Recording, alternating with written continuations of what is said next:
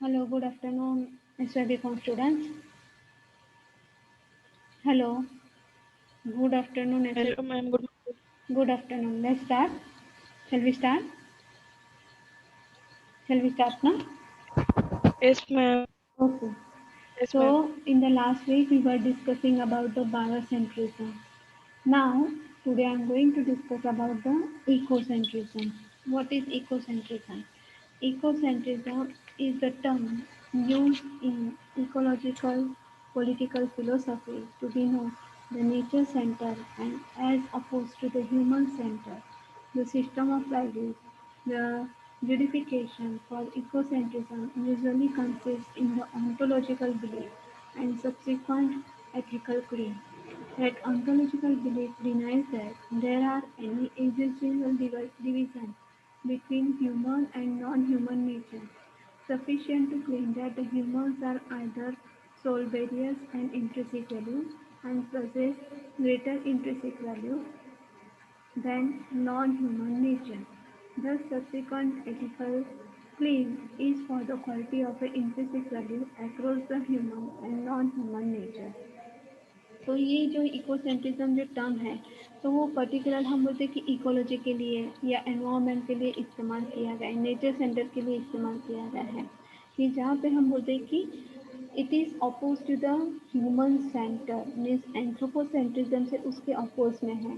जैसे हमने एंथ्रोपोसेंट्रिज्म देखा, एंथ्रोपोसेंट्रिज्म में ह्यूमन को सेंटर बताया गया है, यहाँ में इकोसेंट्रिज्म में इकोलॉजी को एनवायरनमेंट को सेंटर में बताया गया है।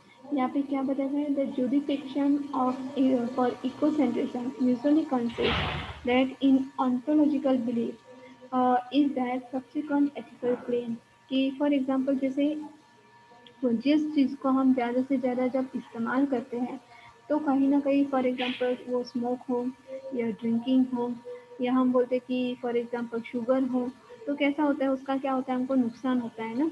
तो वैसे ही हमारे ही ह्यूमन एक्टिविटीज़ के ह्यूमन एक्टिविटीज़ की वजह से हम बोलते हैं कि जो एनवायरनमेंट में हम ज़्यादा से ज़्यादा क्या कर रहे हैं, इंटरफेयर कर रहे हैं, तो उसका कहीं ना कहीं हमें क्या मिल रहा है, रिजल्ट कहीं ना कहीं हमें वर्स मिल रहा है। तो यहाँ पे क्या बताएं कि द यहाँ पे ऐसा बताया कि the ontological belief denies that there are existential division between the human and the non-human nature।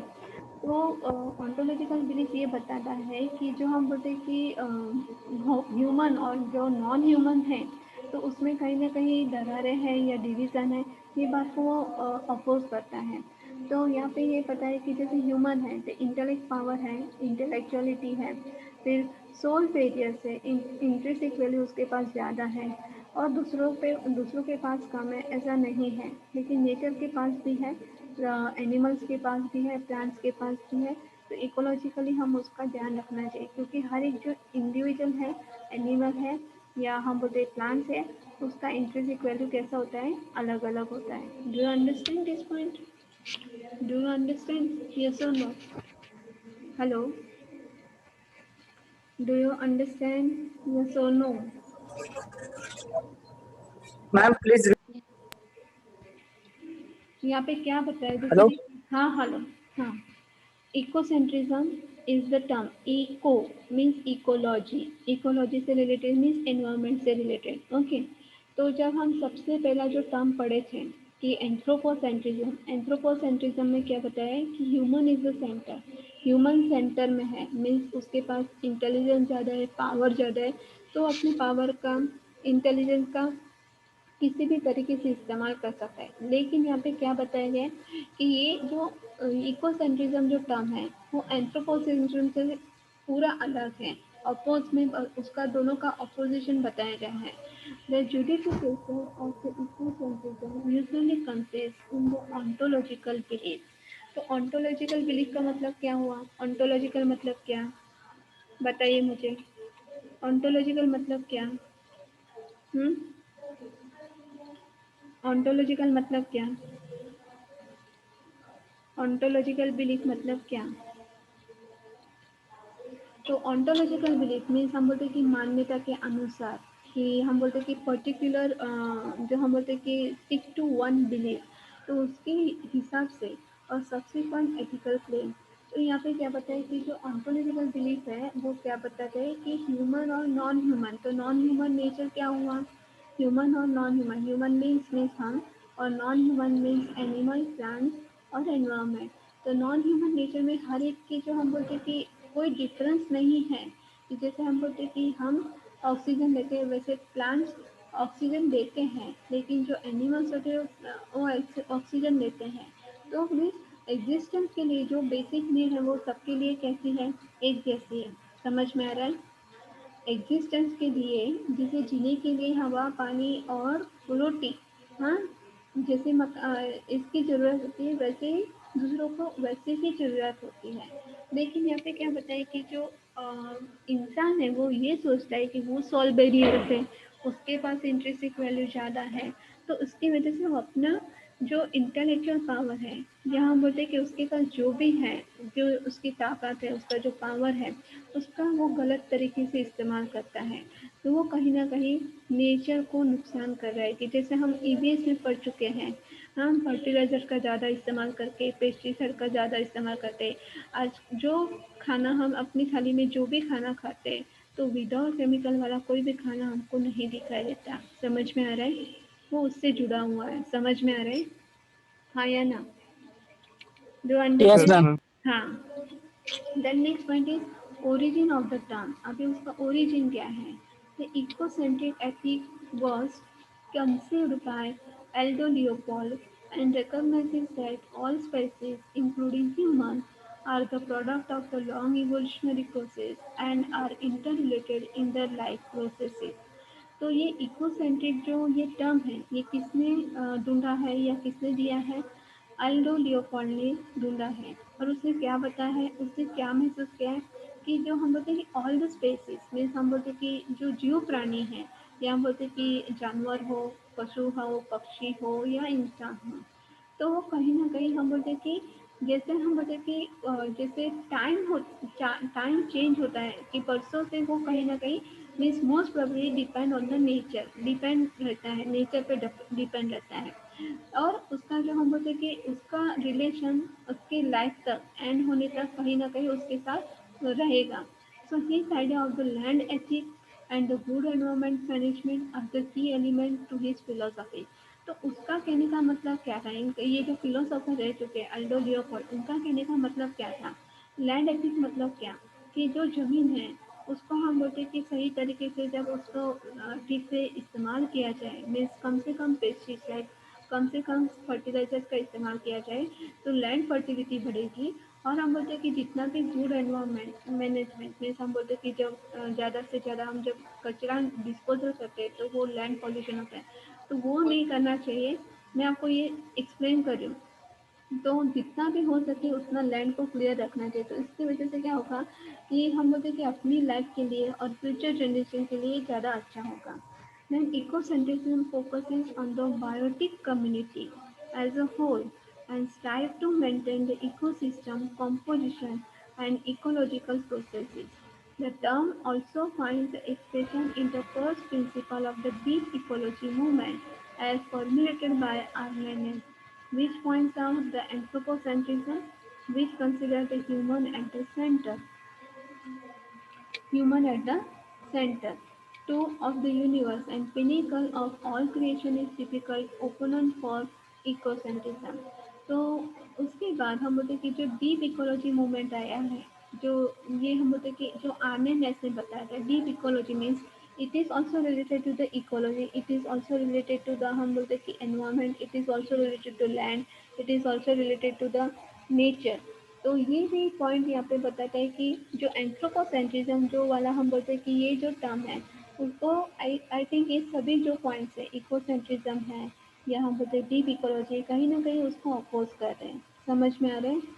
कहीं ना कहीं उसको अपोज कर रहे हैं, क्योंकि जो क्रिएशन है तो उस पर सबका अधिकार कैसा होना चाहिए, एक जैसा होना चाहिए। समझ में आया? समझ में आया? हाँ या ना? Do you understand? If you are not replying, then I Yes. will go ahead and ahead. Then next point is relationship Yes, to the ma'am. other philosopher. Anthropocentrism मतलब जैसे अभी फिर से यहाँ पे देखिए ecocentrism is taken by its proponents to the constitute a radical change to the long-standing and deeply rooted anthropocentric attitudes in the Western culture, science and politics. तो ये जो एंथ्रोपोसेंट्रिज्म ये जो टर्म है तो वेस्टर्न कल्चर में वो ज़्यादा चलता है सिर्फ अपने बारे में सोचना साइंस मीन्स बोलते कि देश के बारे में या हम बोलते कि थोड़ा सा हम बोलते कि ज़्यादा से ज़्यादा जब टेक्नोलॉजी का या हम जितना भी साइंस और टेक्नोलॉजी का इस्तेमाल करते हैं तो हम कहीं नेचर से दूर हो जाते हैं और पॉल्यूट के लिए ये कम सही है लेकिन anthropocentrism is alleged to me the case for the protection of the non-human nature of the subject to the demands of human unity and thus never more than contingent on the demands of the human welfare. तो ये जो term जब भी इस्तेमाल किया जाता है वो तो कहीं ना कहीं हम बोलते हैं कि जो नॉन ह्यूमन नेचर है उसका प्रोटेक्शन तो हो ही नहीं सकता है कि जैसे फॉर एग्जांपल जब से ज़्यादा हम जब व्हीकल इस्तेमाल करते हैं या हम बोलते हैं कि फॉसिल फ्यूल हम बर्न करते हैं तो कहीं ना कहीं एयर पोल्यूशन होता है नॉइज पोल्यूशन होता है या ड्राइविंग जब हम बोलते कि ज़्यादा से ज़्यादा व्हीकल का इस्तेमाल करते हैं तो नॉइज पोल्यूशन भी होता है और एयर पोल्यूशन भी होता है तो वो एक बोलते कि हम बोलते कि नॉन ह्यूमन नेचर को वो प्रोटेक्ट नहीं कर सकता लेकिन जब हम पर उसका जो सब्जेक्ट है एंथ्रोपोसेंट्रिज्म का तो उसका सब्जेक्ट क्या बताए कि ह्यूमन वेलफेयर के लिए ये एंथ्रोपोसेंट्रिज्म टर्म बनाया गया है कि जैसे फॉर एग्जांपल कि जैसे आपको फॉर एग्जांपल कम्युनिकेशन के लिए तो कम्युनिकेशन के लिए फॉर एग्जांपल आपको लोगों लोगों की भलाई के लिए कम्युनिकेशन के लिए मोबाइल फ़ोन और लैपटॉप और हम बोलते कि जैसे बहुत सारे राउटर हम बोलते कि wifi network connection walkie talkie ये सब कुछ इस्तेमाल किया जाता है लेकिन उसके लिए क्या बताया गया है कि कहीं ना कहीं वो नुकसान भी कर रहे हैं समझ में आ रहा है कहीं ना कहीं वो नुकसान भी कर रहे हैं समझ में आ रहा है हाँ या ना do understand Yes, ma'am. Scientifically यहाँ पे साइंस दिया ना तो मैं टेक्नोलॉजी का मैंने बात किया and in ecocentric ethics by its contrast believed to be necessary in order to develop non-contingent basis for the protecting natural world. The critics of the ecocentrism have argued that it opens the door to an anti-humanist morality and risks sacrificing the human well-being for the sake of an ill-defined greater good. And these ecologists Arnett has identified the anthropocentrism as the root cause of the ecological crisis and the human overpopulation and extinction of many human species.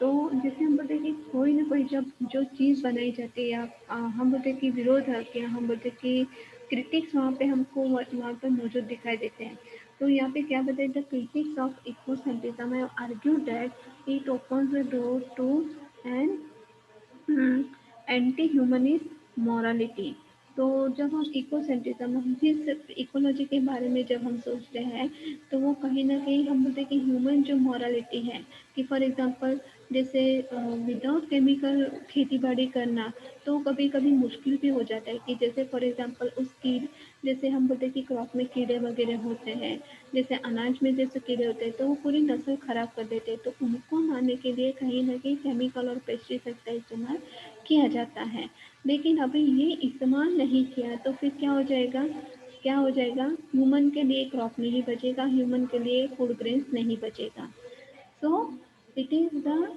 Sec for ill defined greater good means कहीं ना कहीं उसका इस्तेमाल भी एक अच्छी job बता रहा है एंड जो डीप इकोलॉजिस्ट के जो हम बोलते हैं कि फिलोसोफर है आने ने उन्होंने क्या बताया है कि जब हम सिर्फ एंथ्रोपोसेंट्रिज्म के बारे में सोचते हैं तो वो कहीं ना कहीं इकोलॉजी को बहुत ही नुकसान या बहुत ही नुकसान पहुंचा है कि जैसे for example human population over population जैसे एक इंसान की हम बोलते हैं कि एक इंसान का क्या बोल सकते हैं एक इंसान को लगने वाला पानी एक इंसान को लगने वाला अनाज और चार इंसान को लगने वाला पानी और चार इंसान को लगने वाला अनाज तो कहीं ना कहीं जैसा ओवर पॉपुलेशन हो जाता है तो डिमांड भी बढ़ जाती है तो उसकी वजह से बाकी के जो ह्यूमन स्पाइसेस है नॉन ह्यूमन स्पाइसेस है उनको सफ़र करना पड़ता है समझ में आया समझ में आया हाँ या ना Yes, ma'am.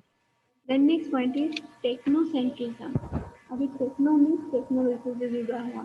Ecocentrism is also contrasted with the technocentrism as two opposing perspectives on the attitudes towards human technology and its ability to affect the control and even protect environment. तो ये इकोसेंट्रिज्म है, तो वो कहीं ना कहीं टेक्नोसेंट्रिज्म से अपोज में है और एंथ्रोपोसेंट्रिज्म से अपोज में है, क्योंकि जब इकोसेंट्रिज्म क्या करता है totally to protect only environment और टेक्नोसेंट्रिज्म क्या करता है only the welfare of the human.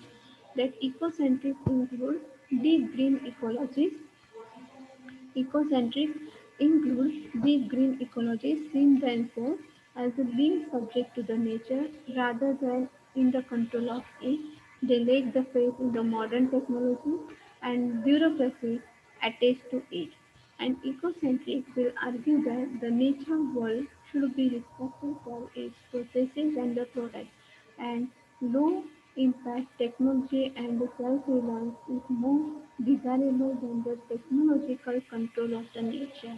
तो यहाँ पे आपको क्या पता है कि जब हम बोलते हैं कि जो इकोसेंट्रिक वाले हैं ये इकोसेंट्रिक फिलोसॉफी को जो फॉलो करते हैं वो कहीं ना कहीं हम बोलते हैं कि they respect for the nature, they respect for the processes, they respect for the product, but जो हम बोलते हैं कि टेक्नोलॉजी का कम इस्तेमाल और कहीं ना कहीं जो टेक्नोलॉजी का कम इस्तेमाल करते हैं, जैसे फॉर एग्जाम्पल जैसे होम्योपैथिक मेडिसिन, एलोपैथिक मेडिसिन और जब हम आयुर्वेदिक मेडिसिन के बारे में सोचते हैं तो हम ज़्यादातर प्रीफर कौन सी करते हैं एलोपैथिक और एलोपैथिक मेडिसिन हम ज़्यादा प्रेफर करते हैं.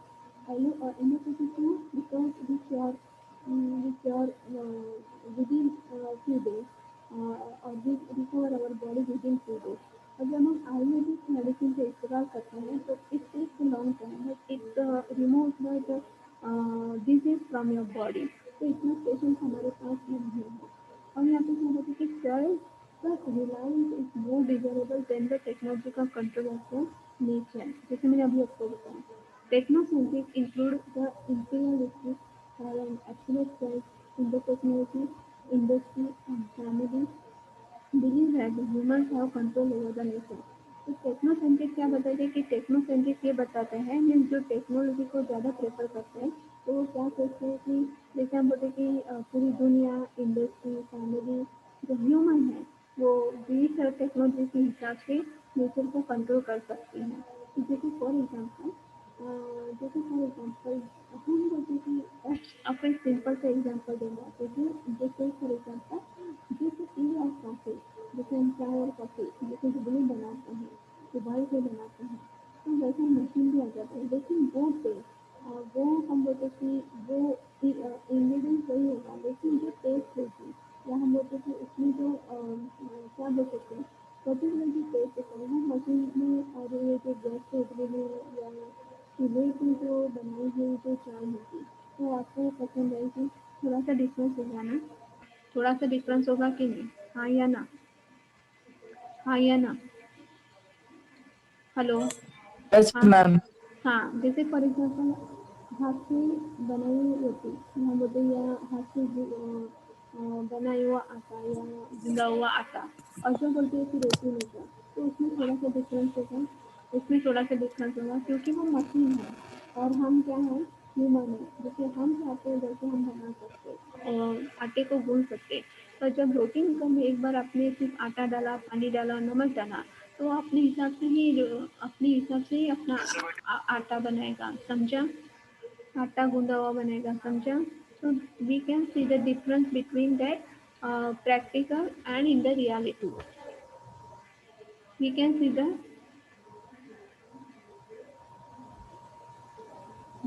the practical and reality. We can see the difference between the practical and the reality. आवाज आ रही है मेरी? आवाज आ रही है? हाँ या ना? हाँ या ना? आवाज आ रही है? Hello. Yes, ma'am. Then next point is biocentrism. हाँ आ रही है ma'am. Biocentrism. The distinction between the biocentrism and ecocentrism is ill-defined.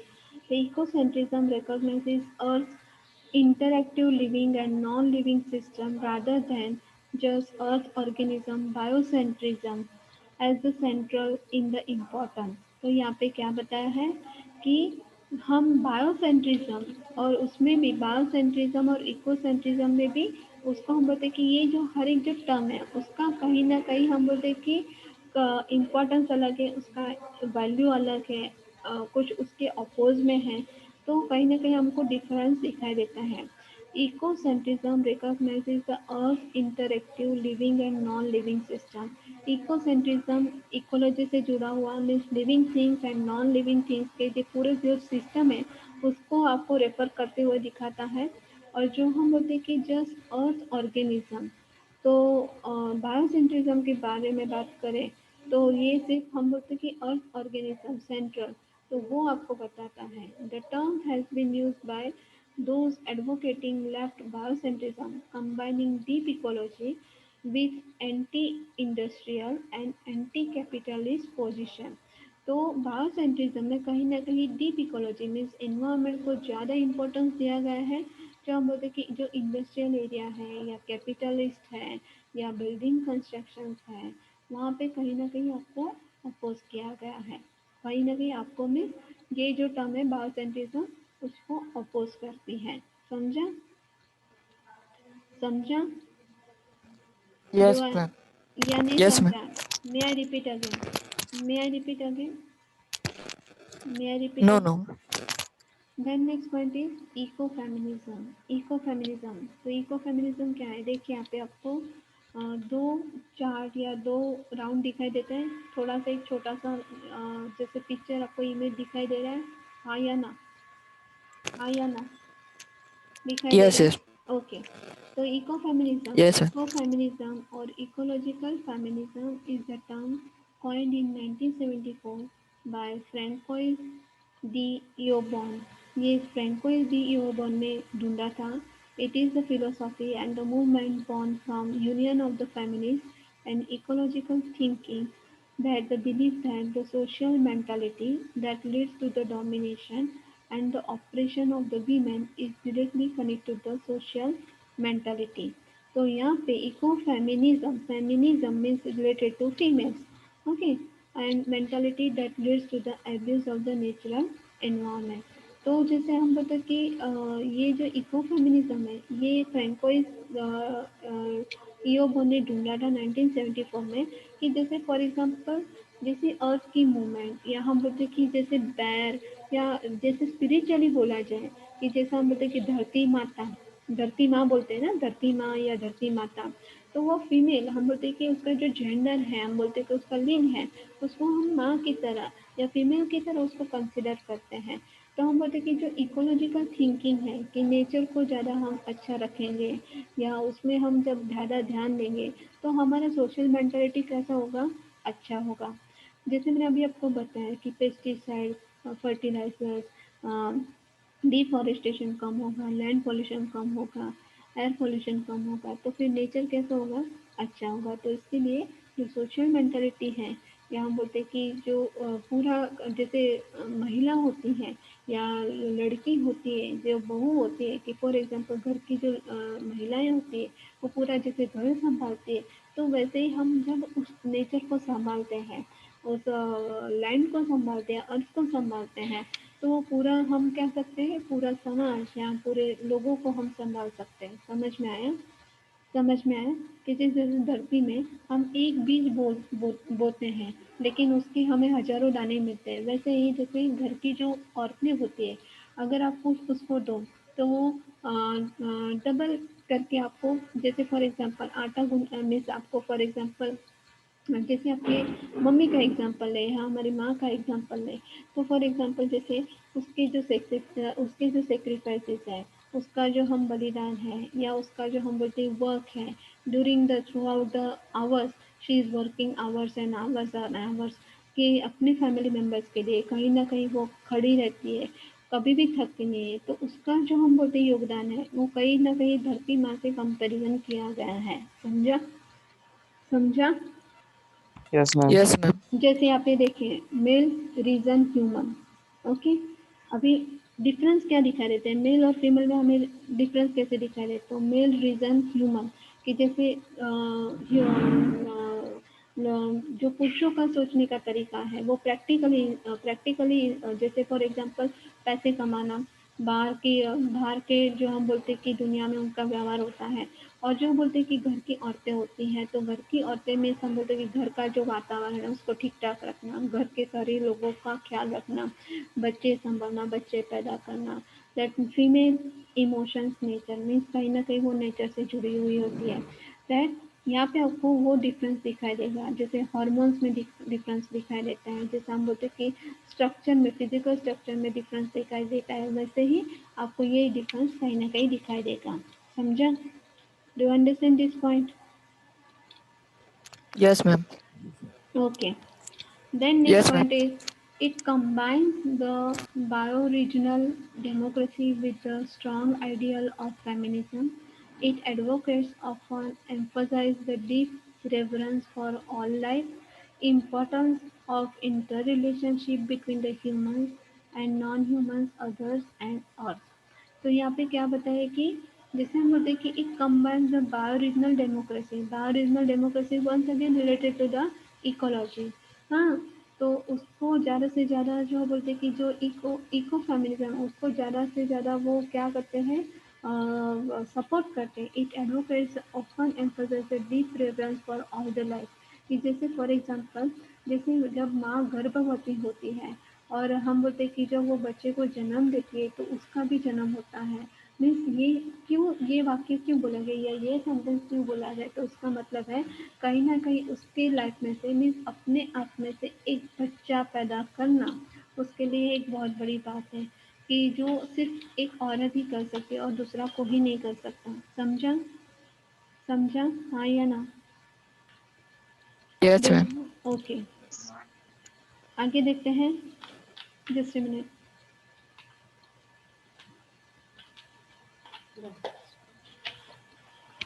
Then other eco-feminists claim that the degradation of the nature contributes to the degradation of the women. तो eco feminist क्या मानते हैं, जो eco feminism को support करते हैं, अगर जैसे नेचर का डिग्रेडेशन होता है वैसे हम जैसे कहीं ना कहीं वो हम बोलते कि औरतों का भी डिग्रेडेशन होता है, कि फॉर एग्जांपल जो हम बोलते कि यहाँ पे अभी क्या बताए कि अगर हम नेचर को संभाले तो नेचर हमको संभालेगा। वैसे ही जब ऐसे औरतों को आप इज्जत दे, या हम बोलते कि कहीं ना कहीं जैसे फॉर एग्जांपल पूरे घर का ख्याल रखने वाली, जैसे अब फॉर एग्जांपल मैं आपको बताती हूँ, अगर एक दिन माँ बीमार हो जाए तो फिर हमारा घर का पूरा काम काज कैसा हो जाता है, डिस्टर्ब हो जाता है। पूरा का पूरा हम बोलते कि वो पूरा डिस्टर्बेंस हमें दिखाई देता है। हाँ या ना? हाँ या ना? हाँ या ना? हाँ हाँ, जैसे फॉर एग्जाम्पल हाँ all the other members depend on the mother, तो उसका डिग्रेडेशन कहीं ना कहीं होता है, कि जैसे फॉर एग्जाम्पल देखिए, Thomas Slater explain how in Kenya the capitalist driven export economy has caused most of the agricultural productive land to be used for the monoculture cash crops। तो थॉमस स्लेटर का कहना है कि Kenya में ऐसे बहुत सारे जो हम बोलते हैं कि कैपिटलिस्ट इंडस्ट्री की जो हम बोलते हैं कि एग्रीकल्चर के नाम पे या एग्रीकल्चर लैंड के नाम पे एग्रीकल्चर लैंड का इस्तेमाल करके क्रैश क्रॉप में बोलते हैं कि फॉर एग्जांपल जैसे ज़्यादा से ज़्यादा हम क्या बोल सकते हैं कि कम समय में ज़्यादा से ज़्यादा कम समय में ऐसा अनाज उगाया जाए कि जिससे हमें ज़्यादा फ़ायदा हो, कि फॉर एग्जांपल जैसे टोबैको।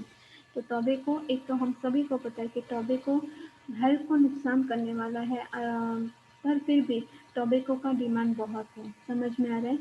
टोबैको का डिमांड बहुत है सिगरेट में, बीड़ी में, या हम बोलते कि किसी और तरीके से कि उसको जब कंज्यूम किया जाता है तो वो कहीं ना कहीं हेल्थ को कैश क्रॉप है, टोबैको है ना एक कैश क्रॉप है, मीन्स कम समय में जल्दी उग जाता है और मीन्स उसको ज़्यादा हम बोलते कि मेहनत तो वहाँ पे भी लगती है, लेकिन वो एक बोलते कि वो कैपिटलिस्ट के तौर पे उसको उगाया जाता है कि उसका रिटर्न बैक हमको मिलने वाला है, पैसा ज़्यादा मिलने वाला है। तो इसकी वजह से सोसाइटी भी खराब होती है और हेल्थ भी खराब होती है। This led to the intensification of the pesticide use, resource depletion and relocation of the subsistence farmers, especially women, to the hillsides and the less productive land। तो जब हम ये बात करते हैं कि this led to the intensification of the pesticide use, कि जब ये क्रैश क्रॉप की बात किया जाता है तो वहाँ पे सबसे ज़्यादा पेस्टिसाइड का इस्तेमाल किया जाता है, जिसकी वजह से रिसोर्सेज क्या होते हैं, डिप्लेट होते जाते हैं। और हम बोलते हैं कि जो हम बोलते हैं कि relocation of subsistence of the farmer specially women to the hill side and less productive land. तो वहाँ पे फॉर एग्जांपल कुछ जैसे बोलते हैं कि वहाँ पे ऐसे जगह पे औरतें नहीं काम कर सकती, वहाँ पे उनका जो हम बोलते हैं योगदान होता है वो कम दिखाई देता है। कि जैसे फॉर एग्जांपल जैसे आपने बिल्डिंग कंस्ट्रक्शन में देखा होगा कि फॉर एग्जांपल जहाँ पे बिल्डिंग कंस्ट्रक्शन का काम चलता है, या हम बोलते हैं कि नेचुरली, कि जैसे हम बोलते हैं कि फिजिकली जितना मैन स्ट्रांग होते हैं इतना फिजिकली औरत स्ट्रांग नहीं होती, यहाँ लड़की स्ट्रांग नहीं होती फिजिकली, फिजिकल स्ट्रक्चर ये आप सबको पता है। कि जो हम बोलते कि वजन उठाने की बात करें, यहाँ काम करने की बात करें, काम तो महिलाएं भी करती है, लेकिन हम बोलते कि जितना फिजिकल मीन्स आउटर अपीयरेंस जितना होना चाहिए वहाँ वहाँ पे उनका आउटर अपीयरेंस इतना मजबूत नहीं होता है। तो कहीं ना कहीं हम बोलते कि डिफॉरेस्टेशन और degradation that hurt their own productivity. तो ये जो कैश क्रॉप होता है इसकी वजह से क्या होता है कि जैसे डिफॉरेस्टेशन, पेड़ पौधे काटे जाते हैं, और हम बोलते हैं कि डिग्रेडेशन कहीं ना कहीं उनकी प्रोडक्टिविटी पे इफेक्ट करता है। समझा? समझा? Do you understand? Do you understand? Hello? Hello? Hello? Yes, ma'am. Yes. Then, some feminists and social ecologists criticize ecofeminism as an idealist, focusing too much the idea of mystical connection with the nature and not enough actual condition of the human. तो जो हम बोलते कि जो कुछ ecologist है और हम बोलते कि सम इको सॉरी फेमिनिस्ट है, तो वो इको फेमिनिज्म को इतना मीन्स हम बोलते कि उसको अपोज करते हैं। ये आइडिया इतना कुछ अच्छा नहीं है ऐसा सोचते हैं। क्यों? क्योंकि जैसे कि ज़्यादा से ज़्यादा जब हम नेचर के साथ कनेक्शन बनाते हैं तो इतना ज़रूरी नहीं कि एक्चुअली कंडीशन औरतों की भी वहाँ पे हो। कि फॉर एग्जांपल नेचर और वुमन में वो डिफरेंस बता रहे हैं कि कुछ इकोलॉजिस्ट और हम बोलते कुछ इको फैमिन सॉरी फेमिनिस्ट वो इको फेमिनिज्म के खिलाफ है। However, this line of the criticism may not apply to many eco-feminists who reject both mysticism and essentialist idea about the connection between the human and the nature।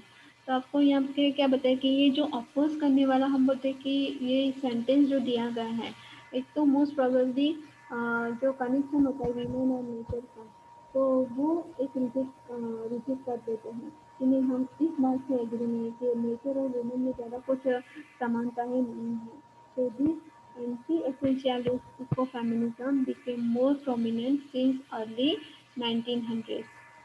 तो ये जो हम बोलते हैं कि एंटी एंजलिस्ट, जो हम बोलते हैं कि इको फेमिनिज्म वाले हैं, एंटी एंजलिस्ट में ज़्यादा इको फेमिनिज्म को फेवर करने वाले हैं, तो वो कब से आए हैं कि 1900 से। It has an